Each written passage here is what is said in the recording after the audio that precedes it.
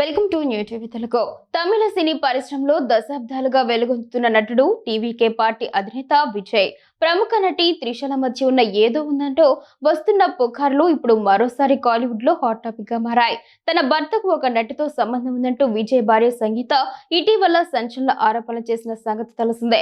ఇలాంటి తరుణంలో చెన్నైలో జరిగిన ఒక వివాహ రిసెప్షన్ కు విజయ్ త్రిష జంట ఒకే కారులో కలిసి రావడం అందరినీ ఆశ్చర్యపరిచింది. ఇందుకు సంబంధించిన ఫోటోలు, వీడియోలు ప్రస్తుతం సోషల్ మీడియాలో విపరీతంగా వైరల్ అవుతున్నాయి. ప్రముఖ నిర్మాత కల్పతి ఎస్ సురేష్ కుమారుడు వివాహ వేడుకకు తమిళ చిత్ర పరిశ్రమకు చెందిన దిగ్గజాలంతా హాజరయ్యారు. అయితే అందరి కళ్ళు మాత్రం విజయ్ త్రిషల పైన నిలిచాయి.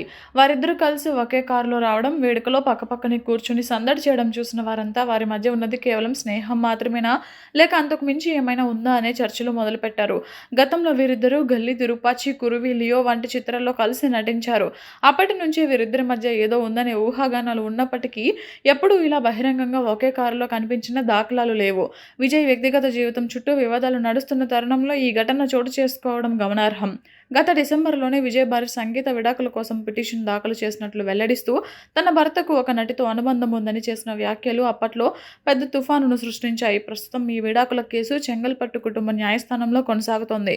అటు రాజకీయంగా చూస్తే రాబోయే తమిళనాడు అసెంబ్లీ ఎన్నికల కోసం విజయ్ తన శక్తియుక్తులను దారిపోస్తున్నారు. ఈ క్రమంలో ఇలాంటి వ్యక్తిగత విమర్శలు ఆయన రాజకీయ ప్రస్థానంపై ఎలాంటి ప్రభావం చూపుతాయోనని అభిమానులు, రాజకీయ విశ్లేషకులు ఆసక్తిగా గమనిస్తున్నారు.